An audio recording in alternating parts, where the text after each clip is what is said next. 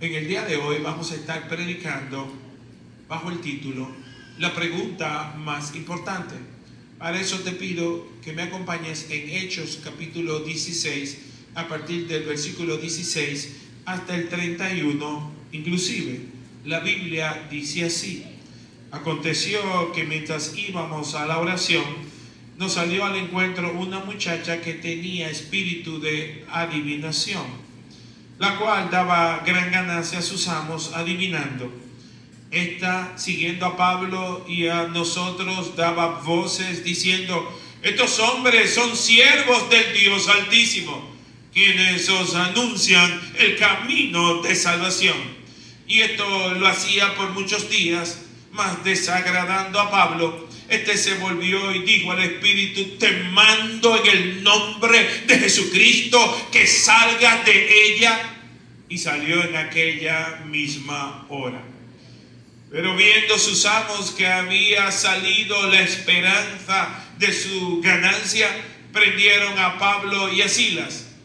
Lo trajeron al foro ante las autoridades y presentándolos a los magistrados dijeron: estos hombres, siendo judíos, alborotan nuestra ciudad y enseñan costumbres que no nos es lícito recibir ni hacer, pues somos romanos.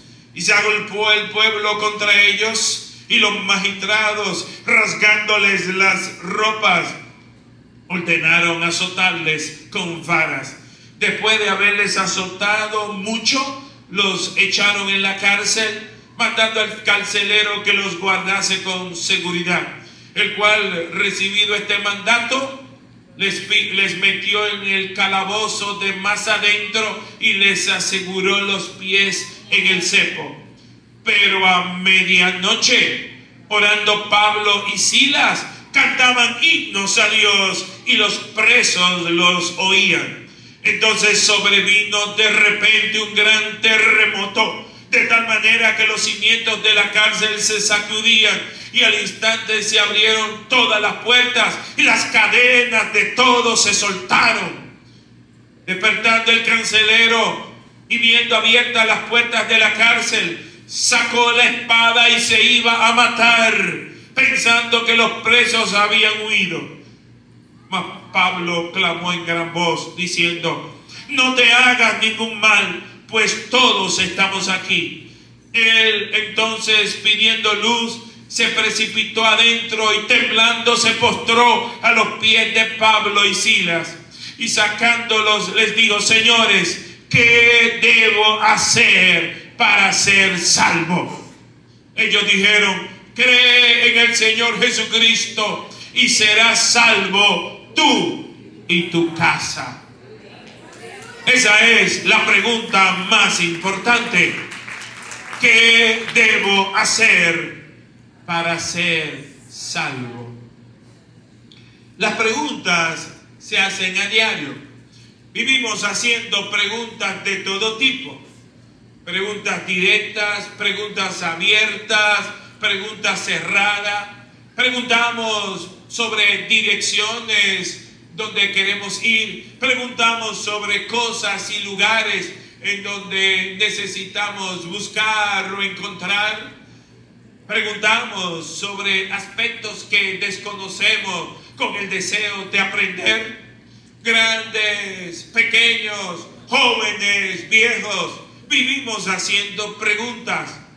Muchas veces las preguntas parecen que están de más, pero tal y como me enseñó un maestro cuando le dije: profesor, tengo una pregunta tonta que hacerle. Y él me dijo: no hay preguntas tontas.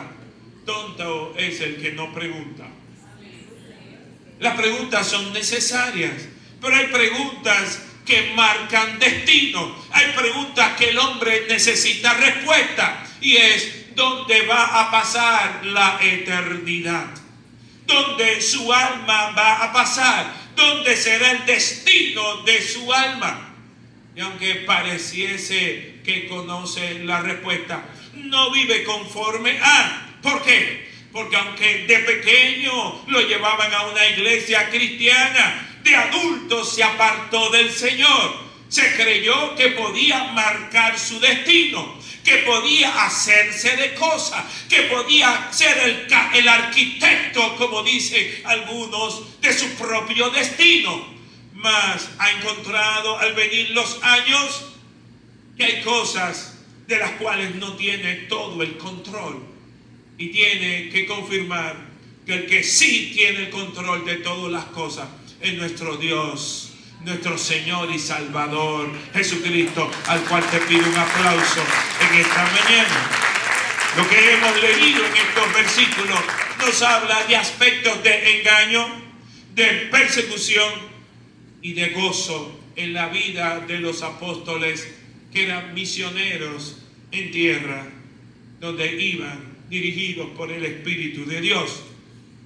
Y vemos la gloria de Dios aún en medio del dolor, en medio de la persecución. Pablo y Silas nos introduce el capítulo 16, que ha llegado a Filipos, a esta ciudad tan importante de Grecia dentro del Imperio Romano.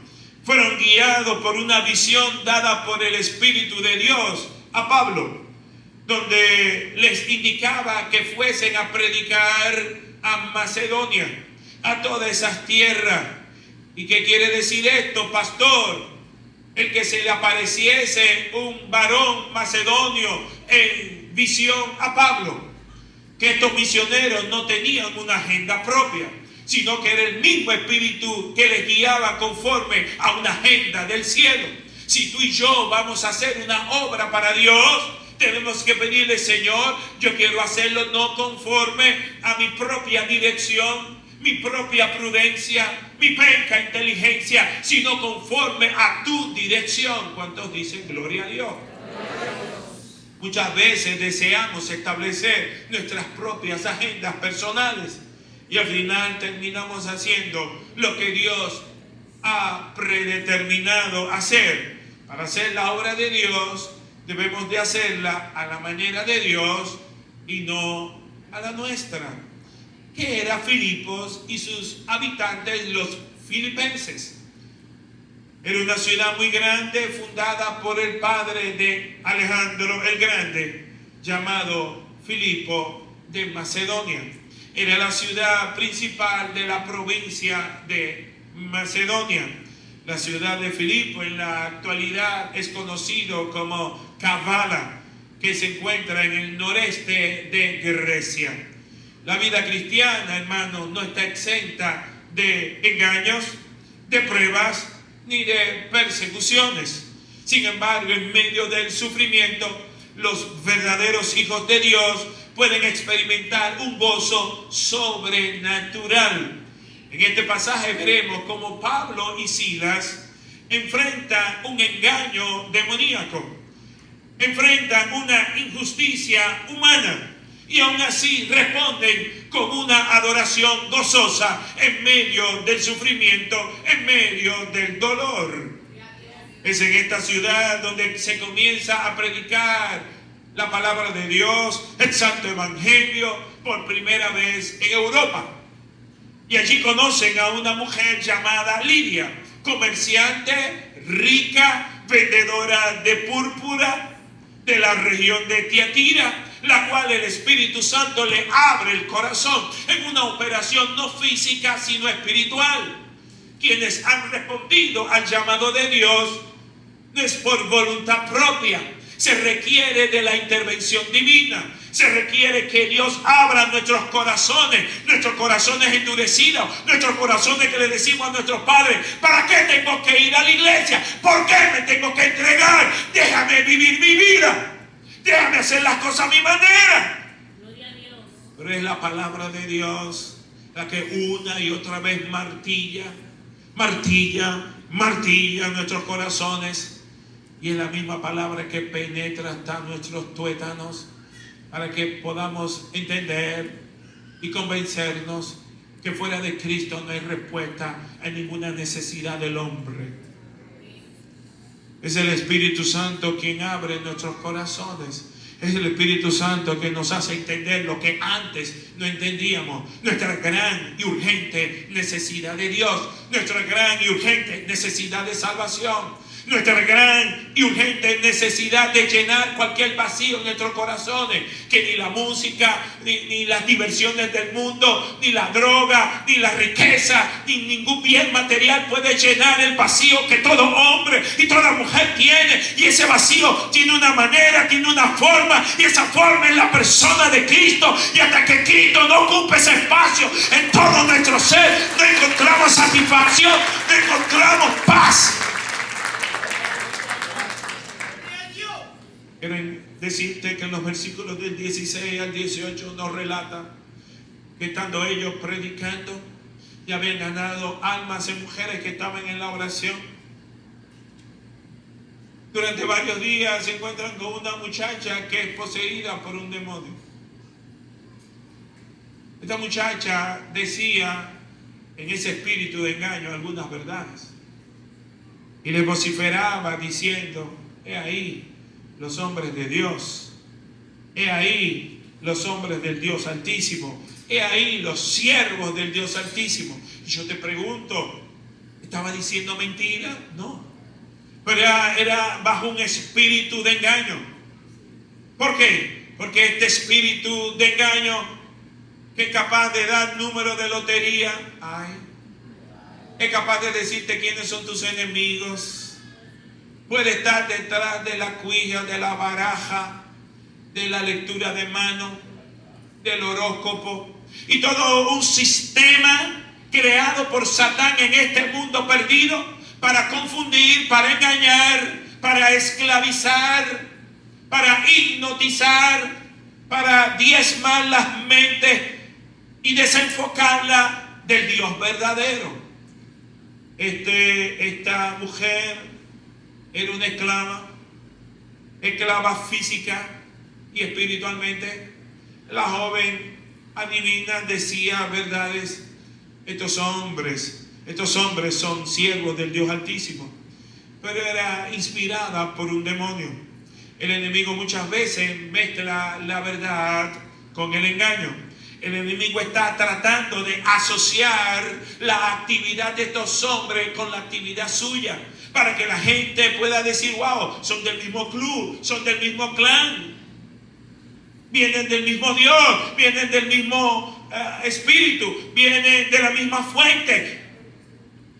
Y la iglesia de hace 2000 años y la iglesia al día de hoy necesita discernimiento espiritual.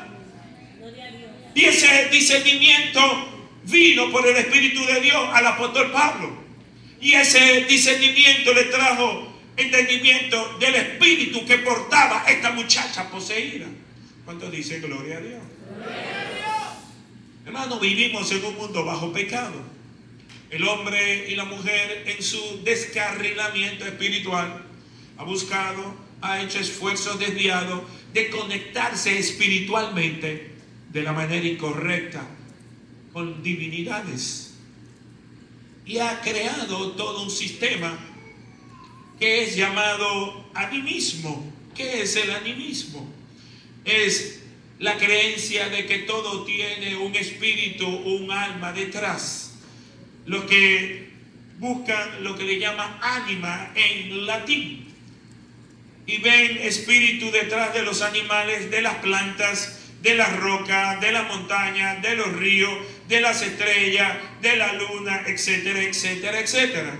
Los animistas creen que cada ánima es un espíritu poderoso que puede ayudarte o desayudarte, hacer bienes a tu favor o irse en contra. El animismo es una religión primitiva. Desde la antigüedad la gente ha tratado de tener conexiones espirituales.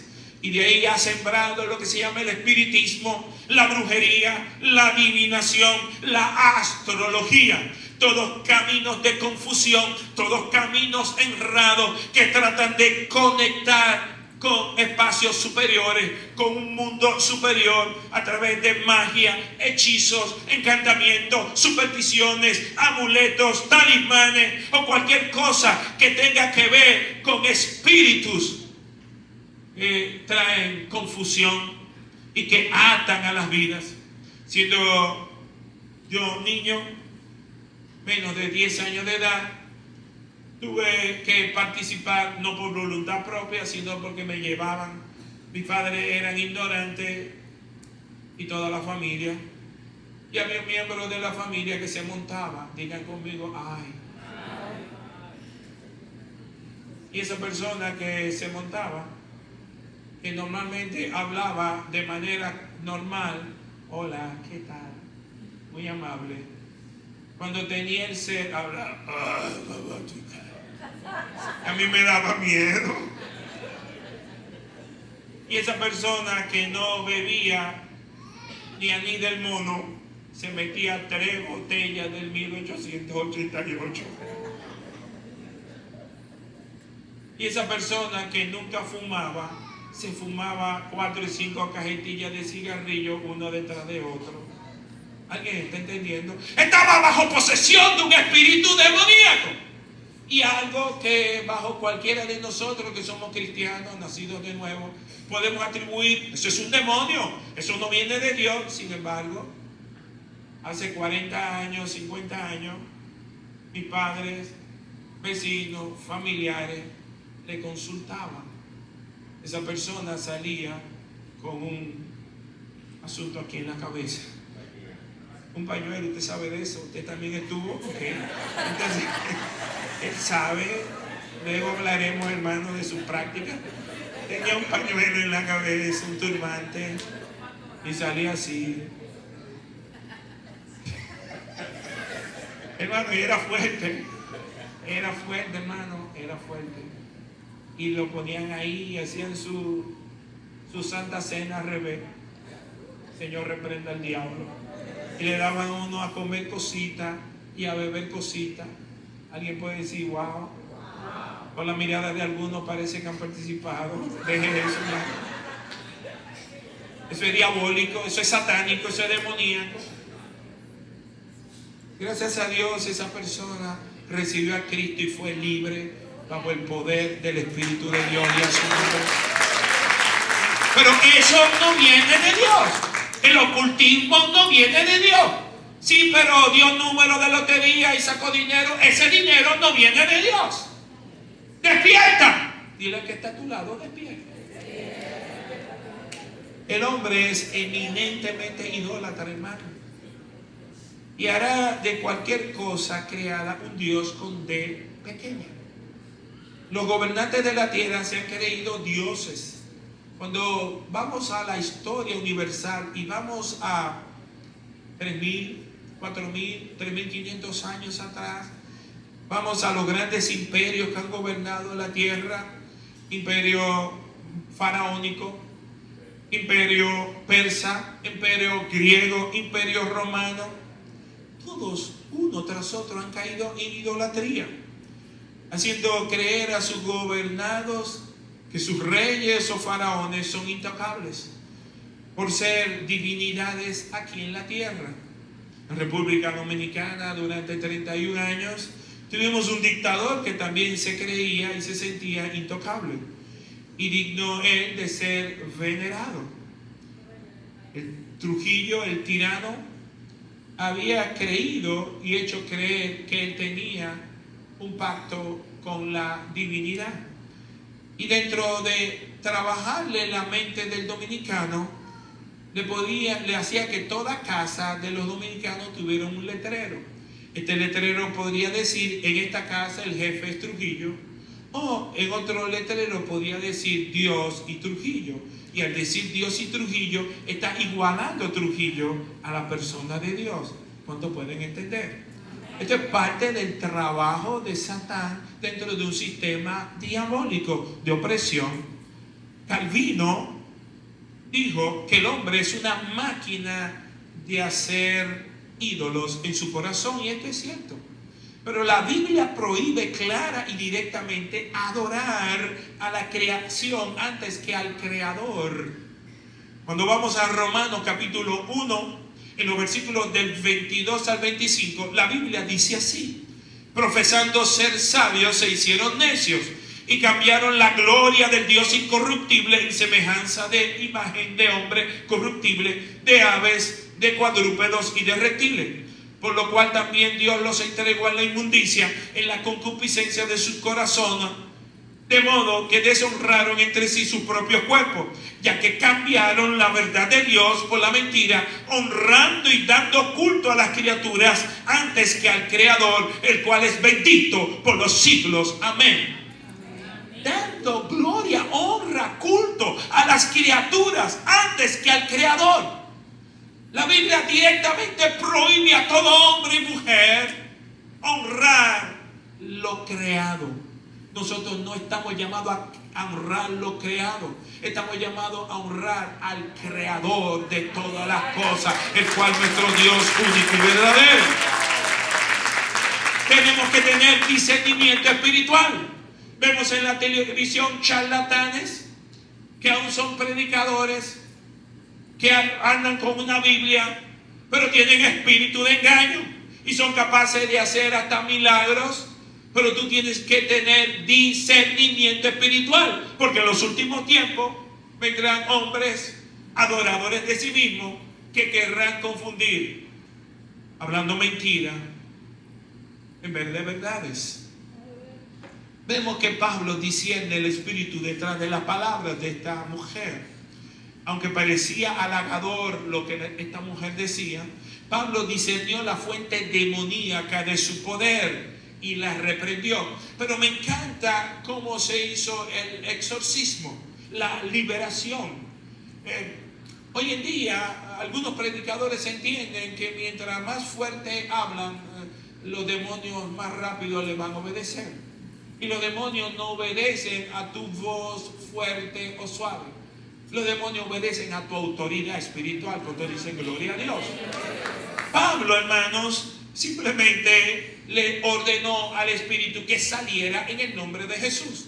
Yo me acuerdo que en una ocasión fui en el interior y estuve en un lugar donde estaba un predicador orando y habían personas atadas, y este hombre agarró por la yugular a la mujer que estaba endemoniada y le dijo ¡sal!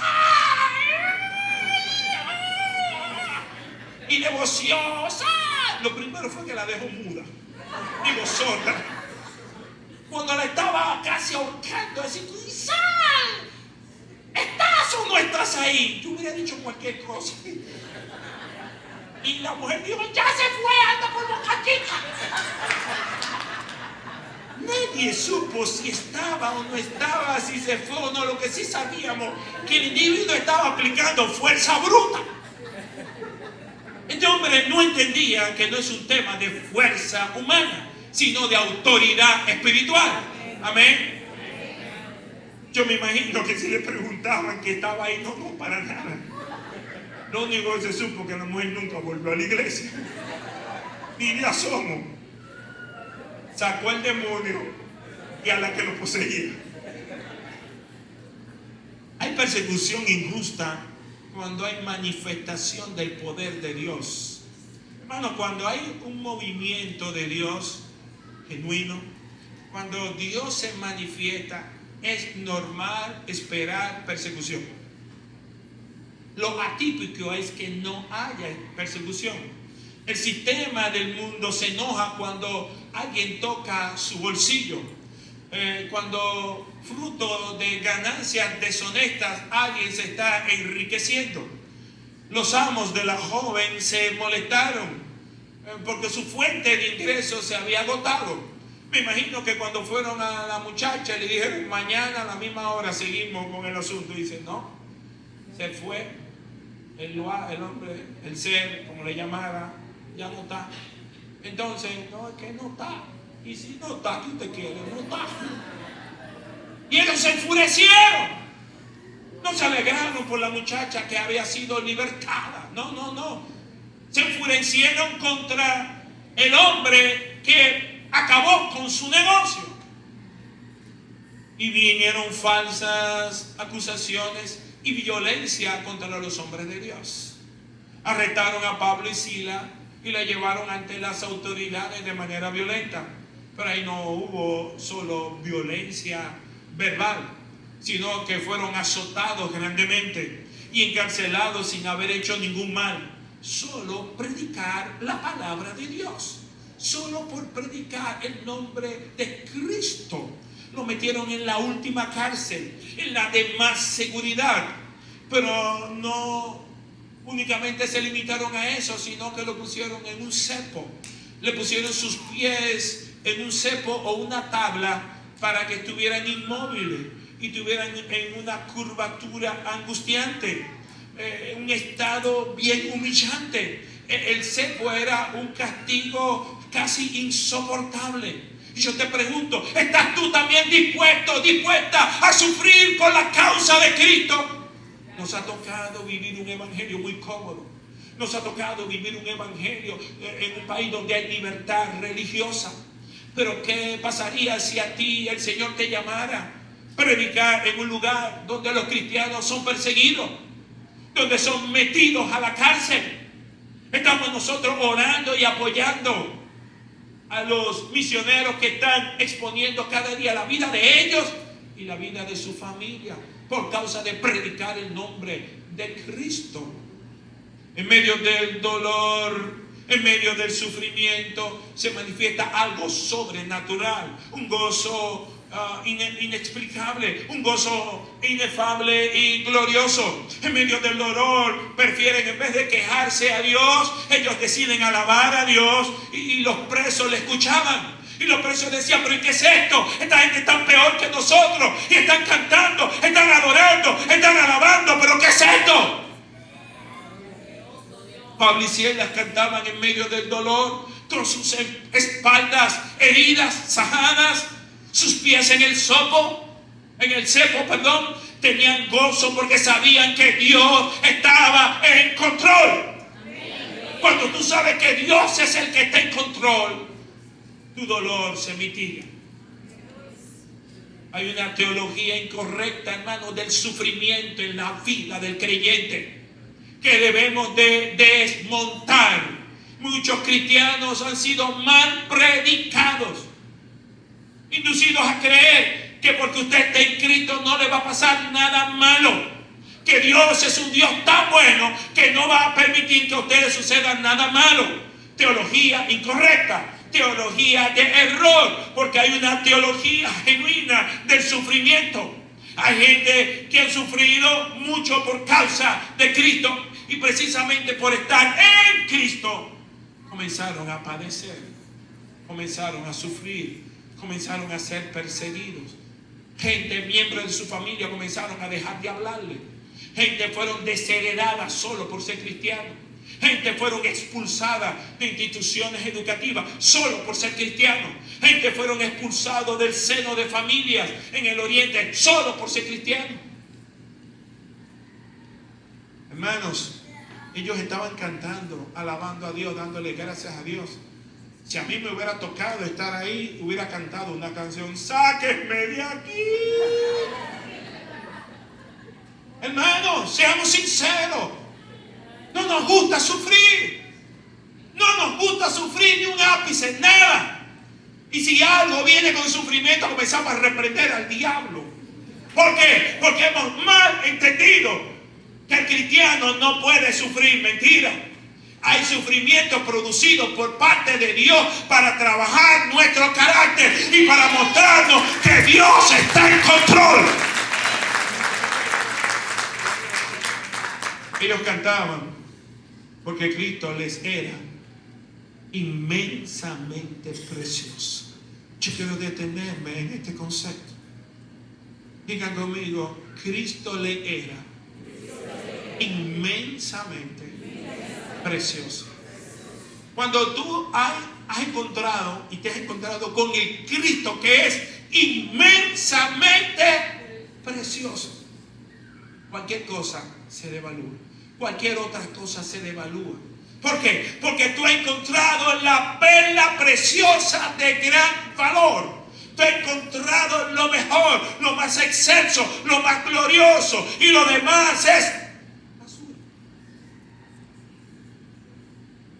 Lamentablemente hay una generación de creyentes que entienden que por ser cristianos deberíamos de estar siempre bien. No debemos tener ni sufrimiento ni dolor para algunos cristianos. Y tal teología o concepción es completamente errada. Hermano, este lugar llamado la tierra, digan conmigo, este lugar, este mundo, no es el cielo. Entendámoslo. Este no es nuestro lugar de permanencia. Nosotros estamos de paso. Somos peregrinos, extranjeros y peregrinos en tierra extraña. Este no es nuestro lugar de permanencia. Nuestro lugar es el cielo. Nuestro pasaporte es dorado. Nuestro pasaporte y nuestra ciudadanía es del cielo. Nosotros estamos aquí de paso. Dile al que está a tu lado, tú estás de paso. Cristo mismo dijo, en el mundo tendréis aflicción. Pero no teman, yo he vencido al mundo. Nadie nos ha prometido una vida sin dolor, sin sufrimiento, sin persecución. No debemos caer en la autoconmiseración. No decir, Señor, ¿y por qué a mí? Cuando vamos a la vida de Job, ejemplo en el Antiguo Testamento, un hombre rico, pero sobre todas las cosas, no era reconocido por sus posesiones, por sus 7 hijos y 3 hijas, por sus bueyes, ganado, ni por su riqueza, sino por ser un hombre recto y temeroso de Dios. Y Satán se le presentó a Dios y le dijo, quítalo, tócale y verás cómo él te va a maldecir. Y vino la prueba a Job y perdió todas sus posesiones y perdió todo lo mejor, que fueron sus 10 hijos. Hermano, no hay manera de que un padre pueda explicar lo que significa un hijo para una madre o un padre. Como alguien dijo, cuando a una mujer se le muere su esposo, le llaman a esa mujer a partir de ese momento la viuda. Cuando a un esposo se le muere su esposa, a ese hombre le llaman a partir de ese momento el viudo. Cuando a un hijo se le muere su padre, le llaman a partir de ese momento el huérfano. Pero cuando a un padre se le muere un hijo, no hay palabras que puedan. No hay palabras en el diccionario humano para poder calificar la muerte, lo que significa la muerte de un ser, para una madre que lo ha llevado por 9 meses, para un padre que ha criado a sus hijos. Sin embargo, Job no vio la muerte de uno de sus hijos, sino que vio la muerte de sus 10 hijos. Y es interesante que cuando vamos a Job 42, allá terminando el libro, a mí me llama la atención, hermano. Son detalles, delicadezas, detallitos de la palabra. Vemos cómo el Señor le duplicó, le multiplicó todo. Todos sus bienes, su vaca, su ganado, toda su riqueza se le duplicó, se le devolvió duplicado. Sin embargo, los hijos no se lo duplicaron. Él no tuvo 10 y le dieron 20. Él le quitaron 10 y le devolvieron 10. Y es como que dentro de la soberanía y la voluntad de Dios, sus hijos nunca se perdieron. Sus hijos estaban en el mejor lugar. Y Dios le estaba devolviendo por gracia lo que por gracia le había dado. ¿Cuántos dicen gloria a Dios? Gloria a Dios. El gozo nace de una perspectiva eterna. Hay un gran escritor del siglo XVII llamado John Bunyan. Él era predicador de la palabra de Dios, no quería responder a las estructuras tradicionales de las iglesias tradicionales establecidas y reconocidas por el Estado. Y dentro de una nueva orden de la monarquía, pues le dijeron, si usted quiere predicar, debe de hacerlo bajo tal denominación o bajo tales reglas. Y él predicaba en las casas y le metieron preso a John Bunyan por predicar la palabra de Dios.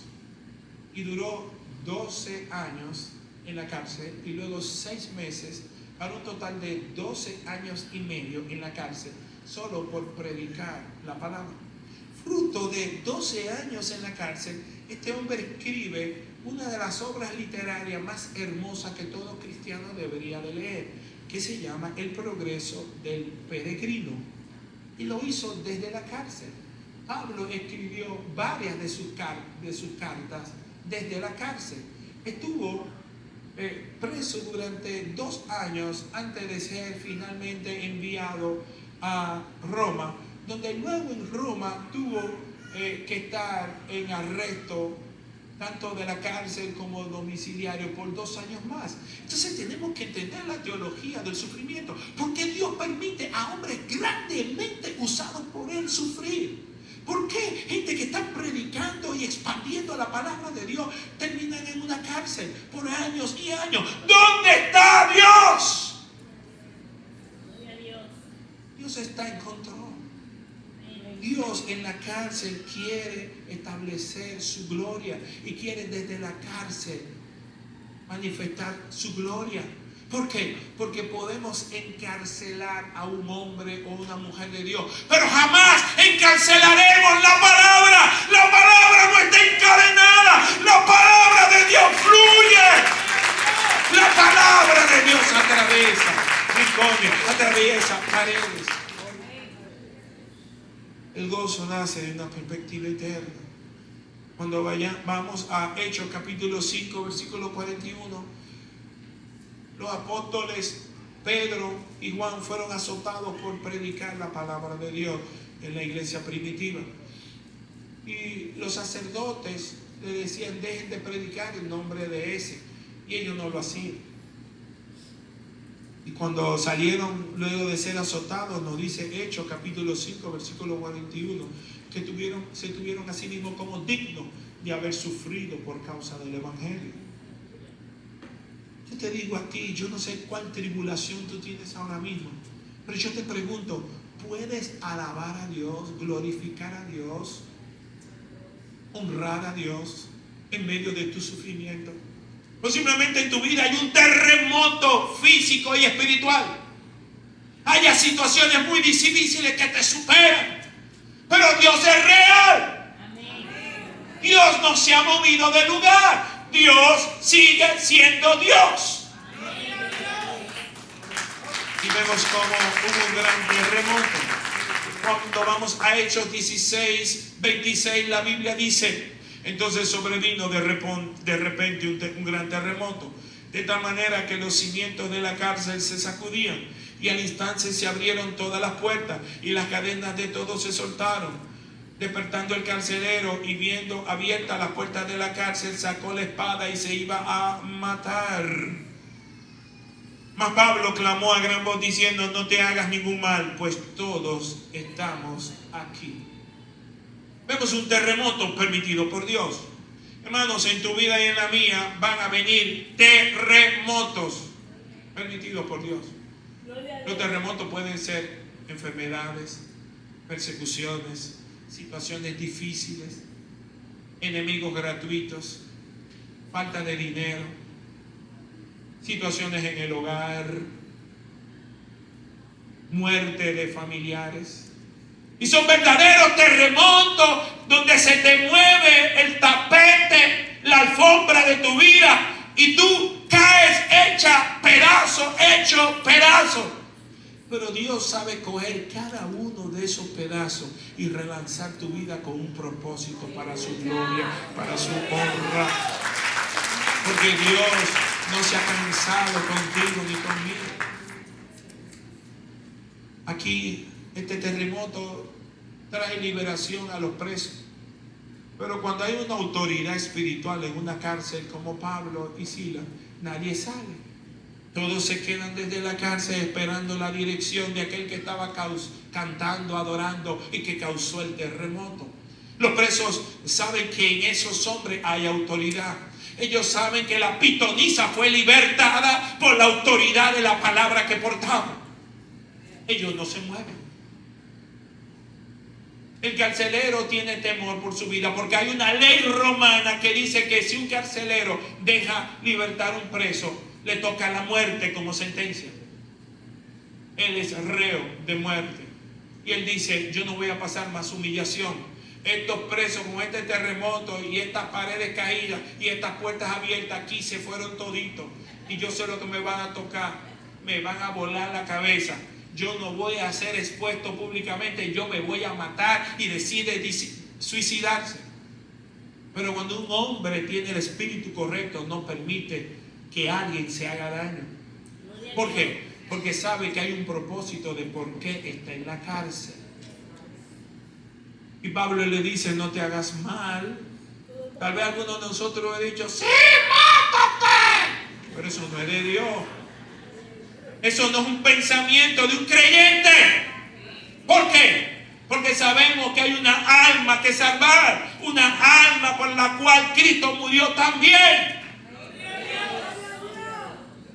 Y este hombre cae de rodillas, reconociendo que estos hombres eran verdaderamente hombres de Dios. Y le hace una pregunta que es la pregunta más importante. ¿Qué debo hacer para ser salvo? ¿Qué debo hacer para tener el espíritu que ustedes portan? ¿Qué debo hacer para tener al Cristo que tú predicas? Yo necesito ese Cristo. Yo quiero entregarme a ese Cristo, Pablo, a ese Cristo, Sila, que ustedes predican. Yo necesito también de esa paz, de ese poder del Espíritu de Dios. Yo necesito a ese Cristo. Eso fue lo que quiso decir. ¿Qué debo hacer para ser salvo? Y la respuesta está en Hechos, capítulo 16, versículo 31. Ellos le dijeron, cree en el Señor Jesucristo y serás salvo tú y tu casa. Sabemos que Él se entregó a Cristo. Sabemos que no solamente se entregó a Cristo, sino que en su gozo, en la madrugada de la noche, lo llevó a la casa. Le presentó su familia. Su familia recibieron a Cristo. Los acomodó, los atendió, los honró. ¿Se entiende? ¿Por qué? Porque había nacido de nuevo. Somos salvos, hermano, por la fe. No somos salvos por las obras. La fe glorifica a Dios. Las obras glorifican al hombre. Hemos sido salvos por el puro afecto de su voluntad. No hacemos cosas para ganarnos el cielo. Hacemos cosas porque Él ya nos salvó. Las obras vienen después. La salvación siempre viene primero. El cristianismo es la única religión que no te pide hacer cosas para ser salvo. Todas las religiones tú tienes que ganártela el camino. Pero el cristianismo es por fe, por creer. Por creer en alguien que hizo algo por ti.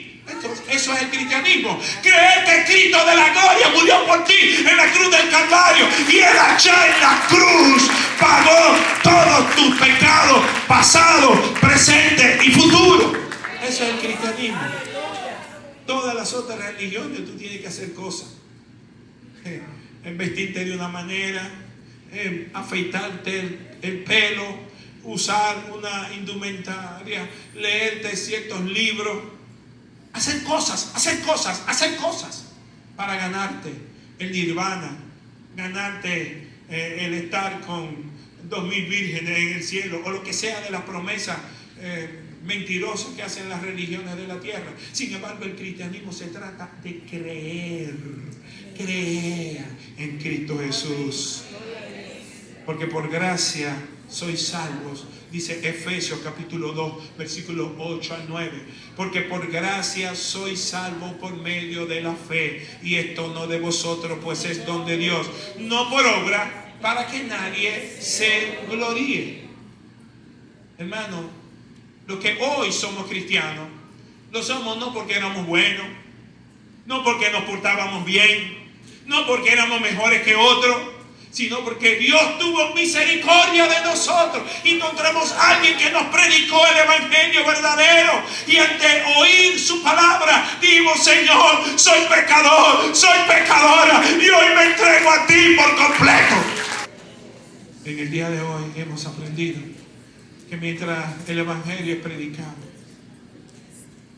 hay un enemigo que engaña, hay un mundo que persigue, pero también hay un gozo de Dios en el que porta el Espíritu de Dios.